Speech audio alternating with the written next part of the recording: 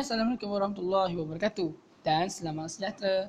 Jumpa lagi kita hari ini untuk kita sambung membincangkan buku teks tahun 3 KSSR Semakan Semula. Hari ini kita berada pada muka surat 108. Okey, sebelum ni kita dah mengenali dengan satu objek ataupun satu bahan di makmal sains atau di bilik sains lah, iaitu namanya kertas litmus, di mana kertas litmus ni ada dua color, iaitu warna biru dan warna merah. Jadi, apakah kegunaan kertas litmus?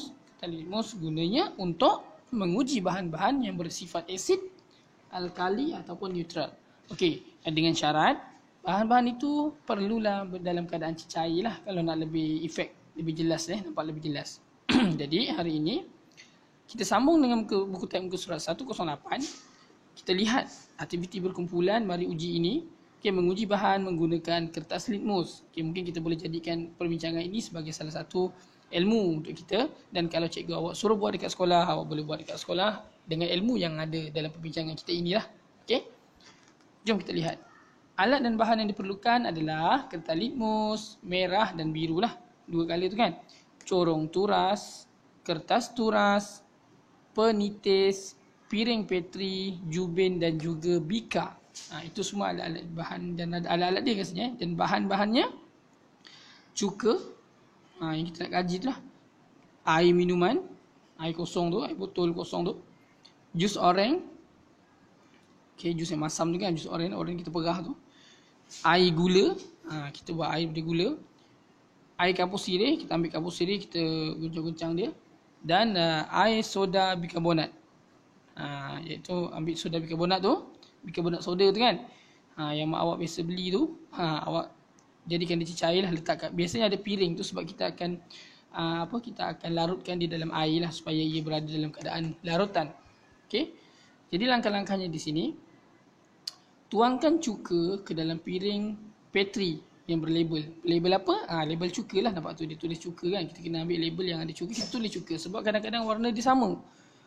Okey, kemudian uji cuka menggunakan kertas litmus biru dan merah. Okey, kalau kita tengok dalam gambar ni, dia guna cara penitis lah. Dia gunakan penitis. Sebab tu tadi kita minta dekat alat dan bahan ada penitis, ada piring petri dan ada jubin. Okey. Kemudian kita letakkan dekat atas jubin lah. Jadi jubin tu kat bawah, nampak? Atasnya adalah kertas turas. Kertas turas tu kita tak lipat lah. Biasa kita lipat untuk kita letak dalam penuras. Tapi ni kita biarkan dia dalam keadaan bulat tu lah. Okey, kemudian kita letakkan dua-dua kertas litmus biru dan merah itu di atas kertas putih tu, dan kemudian kita akan titiskan cuka tu. Okay, uji cuka menggunakan kertas litmus merah dan biru. Itulah cara nak uji. Okay. Kemudian yang ketiga, langkah yang pertama, langkah kedua dah lepas. Langkah yang ketiga, perhatikan perubahan warna kertas litmus dan catatkan keputusan seperti dalam jadual A. Okey, jadi kat sini kita dapat lihat jadual A. Okay, kalau awak buat, kalau cikgu awak suruh buat kat rumah atau kat sekolah, buat laporan dia, awak kena tulis penuh lah bahan-bahan dia, iaitu cuka, air minuman dan seterusnya apa lagi kat situ tadi.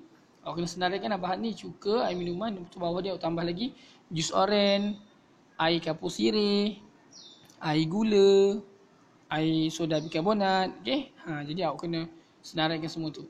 Okay, kemudian perubahan warna kertas litmus biru, perubahan warna kertas litmus merah. Jadi kalau yang biru tu kita kena tulislah biru anak panah, iaitu menjadi apalah.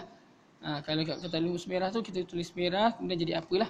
Okey, daripada aktiviti jadual A tu yang kita dah isi cuka tadi kan. Kemudian kita langkah keempat adalah ulangi langkah 1 hingga 3 menggunakan bahan yang lain pula. Maksudnya bahan lain pula, iaitu kita gunalah yang jus oranye, air gula, air kapur sirih, bikarbonat soda dan juga air minuman. Bagianlah kan, dia ada 6 kat situ. Jadi biasanya kalau ada 6 ni selalunya kita akan bagi sama rata lah. 2 tu selalunya lah. Tapi tak semestinya lah. Tapi kalau macam ni seolah-olah macam nampaklah 2 tu asid, 2 alkali, 2 neutral. Okey, jadi kita tengok kalau cuka contohnya. Kalau cuka kita letak kertas litmus warna biru, dia akan jadi merah. Jadi kat sini tulis merah, biru jadi merah. Okey. Dan perubahan warna kertas litmus merah dia tulis lagi kat situ, awak tulis lagi sekali merah. Maksudnya merah tu menjadi merah, maksudnya merah tu tak berubah. Jadi jawapan dia cuka tu biru kepada merah, merah kepada merah lah. Jadi bila kedua-duanya jadi merah, maka ia adalah asid. Sebab dia masam kan. Air minuman pula biru. Jadi apa agak-agak? Air minuman air kosong ni. Air kosong tak ada apa-apa ni. Ya, dia tak ada rasa apa-apa kan. Jadi biru. Jadi dia jadi warna biru juga. Maksudnya dia tak berubah lah. Yang perubahan warna kita litmus merah pula, merah kepada merah juga. Dia pun tak berubah juga. Nampak tak? Jadi bila dua-dua tak berubah, biru tu kekal biru, merah tu dia kekal merah, maka ia adalah bersifat neutral. Jadi air minuman ni neutral sebenarnya. Okey, cuba kalau kita bayangkan kita letak jus oren. Okey, contoh kita letak jus oren kat dalam bahan ni kan, jus oren, perubahan warna kita litmus biru. Jus oren ni dia kalau warna biru ni dia jadi merah. Kita litmus merah pula, merah tu dia jadi merah juga. Maksudnya dia kekal merah, dia sama dengan cuka. Okey, jadi jus oren ni sama dengan cuka. Okey. Dia maksudnya dia masam kan. Lagi satu dia berasid lah maksudnya. Jadi maksudnya jus oren ni bersifat asid. Okey, kemudian kita cuba pula air kapur sirih. Air kapur sirih kita tulis dekat bahan ni air kapur sirih, kita tulis juga biru kepada nanti biru tu dia jadi biru dia jadi biru, dia kekal, dia tak berubah. Yang perubahan kata warna kita merah pula, merah tu nanti dia bertukar jadi biru. Merah awak tulis biru lah untuk air kapur sirih. Jadi maksudnya yang biru tu dia kekal biru, yang merah yang jadi biru. Apabila merah jadi biru, maka ia adalah bersifat alkali. Jadi air kapur sirih tu bersifat alkali lah. Okey. Kemudian air gula. Kat atas air gula kan, kita tulis kat bawah, kita tulis bahan tu air gula. Kemudian perubahan warna kita litmus biru kepada biru juga, dia tak berubah. Merah kepada merah juga, dia tak berubah. Sebab air gula ni dia manis kan. Okey, dia bukannya masam, dia bukannya asid, dia bukannya alkali. Jadi ia adalah neutral, sama dengan air minuman tadi. Jadi air gula sama dengan air minuman tadi. Kemudian yang last sekali adalah air soda bikarbonat. Soda bikarbonat ni awak letak kat biru tu dia akan kekal warna biru, sama tak berubah. Dan kemudian yang warna merah tu dia berubah jadi warna biru. Dia sama macam kapur sirih. Air soda bikarbonat ni dengan air kapur sirih sama. Yang biru kekal biru, yang merah dia jadi biru. Jadi bila buat jadual ni awak kena buat penuh lah jadual tu kalau cikgu awak suruh buat lah. Kalau tak buat tak apa Maksudnya air bikarbonat soda ni pun dia bersifat alkali, sama dengan air kapur sirih. Jadi daripada kita punya eksperimen tadi, perbincangan kita dapati bahawa cuka dan jus oren dia menukarkan warna kita litmus biru kepada merah. Okey, biru kepada merah. Jadi ia adalah bersifat asid. Air minuman dan air gula tidak menukarkan warna kita litmus biru dan tidak menukarkan warna kita litmus merah juga. Maksudnya air minuman dan air gula ini bersifat neutral. Tengah-tengah lah, tak asid, tak alkali. Kemudian yang ketiga, air kapur sirih dan air bikarbonat soda, dia tak ubah warna kita litmus biru, tetapi dia mengubah warna kita litmus merah menjadi biru. Senang kata, dua-dua kertas jadi biru. Kalau cuka dengan jus oren tadi, dua-dua kertas jadi merah. Yang air kapur sirih dan bikarbonat soda ni, dua-dua kertas jadi biru. Maksudnya ia bersifat alkali. Okey? Alright. Jadi soalannya, kalau dah buat eksperimen ni, barulah awak boleh cuba jawab ni. Dia kata, apakah sifat bahan yang diuji berdasarkan perubahan warna kertas litmus? Kalau saya suka tambah kotak kat tepi lagi ni. Jadi kita dapat sifat bahan yang diuji adalah berasid, beralkali atau neutral. Dia tanya sifat bahan kan, dia tak tanya step satu kan. Jadi sifat bahan yang ingin diuji adalah sifat bahan berasid, alkali ataupun neutral. Itu jawapan dia. Okey, kita pergi kepada muka surat 109. Okey, bahan berasid, beralkali dan juga neutral. Selain menggunakan kertas litmus tadi tu, kita juga boleh menguji sifat sesuatu bahan melalui deria rasa dan sentuhan kita. Kita dah boleh rasa tau. Contohnya, tengok kat dalam gambar ni, lemon ni berasa masam. Kubis ni berasa pahit lah. Air minuman ni rasa dia air ni tawar lah. Kita kata kan. Kebanyakan bahan berasid, bukan semua Kebanyakan bahan berasid berasa masam dan perit. Kan apabila disentuh. Manakala kebanyakan bahan beralkali berasa pahit dan licin apabila disentuh. Kalau bahan asid ni bisa kita sentuh, kita rasa macam tajam sikit, macam perit sikit. Kalau kita rasa dengan lidah, kita rasa masam. Kalau yang alkali ni, dia rasa pahit. Lepas tu kita nak sentuh dia macam licin, macam sabun tu. Jadi bahan neutral pula mempunyai pelbagai rasa. Kalau bukan masam, kalau bukan pahit, kalau rasa dia seperti tawar, manis, masin, semua tu adalah bahan neutral. Okey, bahan neutral berasa licin serta kesat apabila disentuh. Kalau bahan alkali, dia cuma rasa licin saja, tapi kalau bahan neutral ni dia licin tapi dia kesat. Macam air kan, air awak pegang air, tumpahkan air, awak pegang air tu dia licin kan, tapi awak rasa kesat-kesat sikit kan. Okey, bagaimanakah pula dengan air kopi? Dia tanya. Air kopi ni rasa dia pahit, cikgu. Tapi apabila dia uji dengan ketalimus biru, warna jadi merah. Maksudnya dia asid lah. Tapi kenapa dia pahit? Tidak semua bahan yang berasa pahit bersifat alkali. Dan tidak semua bahan yang berasa masam bersifat asid. Sebab tu dia kata kebanyakan tadi. Kebanyakan maksudnya bukan semua. Okey. Adakah rasa dan sentuhan boleh dijadikan penunjuk bagi sesuatu bahan bersifat asid, alkali dan neutral? Boleh ke tidak? Boleh boleh, tetapi tidak semestinya betul. Mengapa?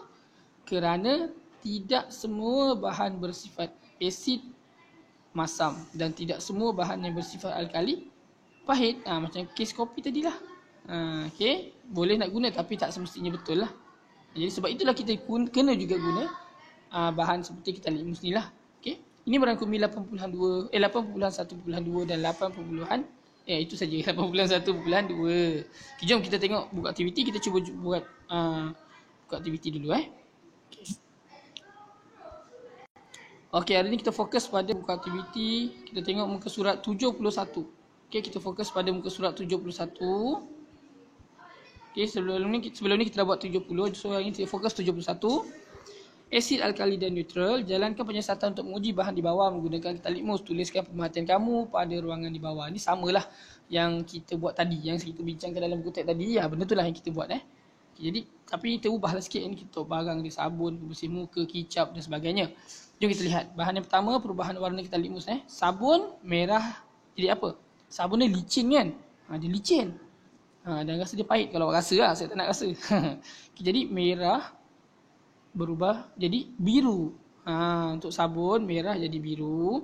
Kemudian biru kekal warna biru. Tulis lagi sekali biru. Okey. Untuk pembersih muka. Pembersih muka ni biasa dia akan pakai macam ubat gigi punya lah, lebih kurang kan. Okey, jadi pembersih muka ni merah ni dia tukar jadi biru. Yang biru ni pun sama, kekal warna biru. Okey.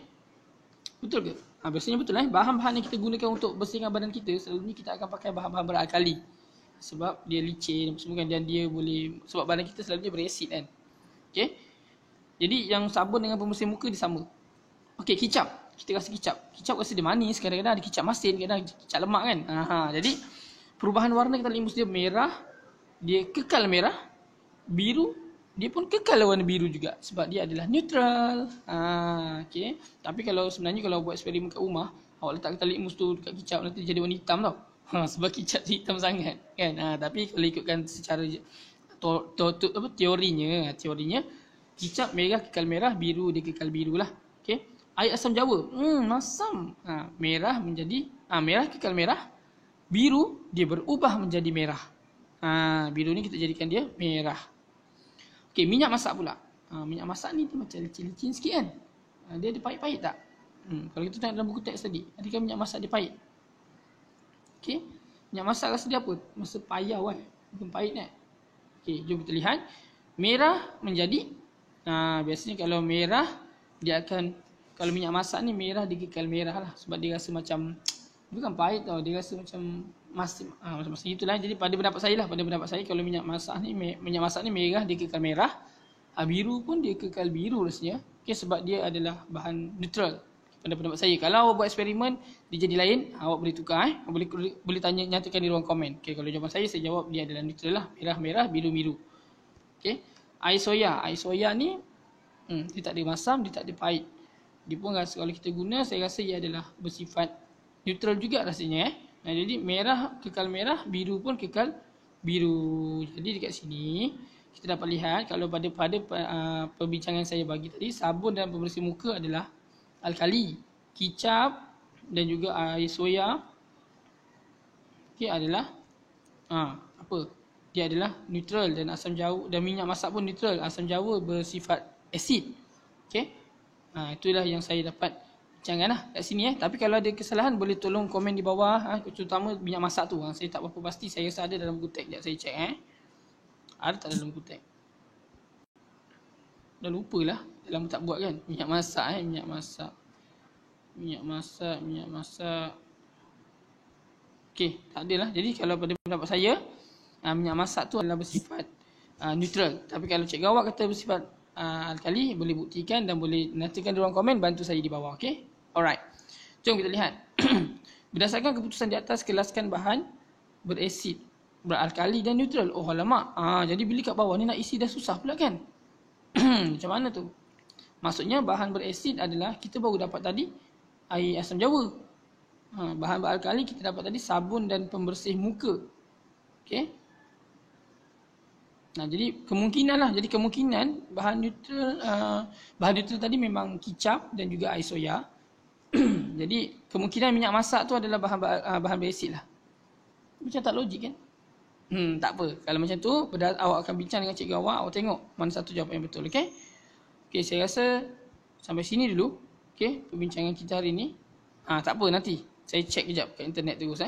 Kita cek tu kat internet. Minyak masak. Selagi tak dapat, tak seronok kan? Okey. Macam inilah cara kalau awak tak tahu jawapan, awak nak cuba search internet, macam ni cara dia. Minyak masak.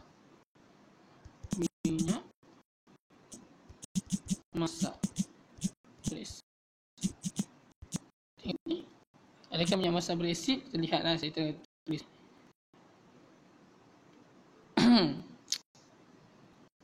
Okey, kita lihat kat sini bahan berasid. Okey, bahan beralkali. Okey, ni contoh-contoh Tak ada sini. Okay, kita tengok dekat gambar.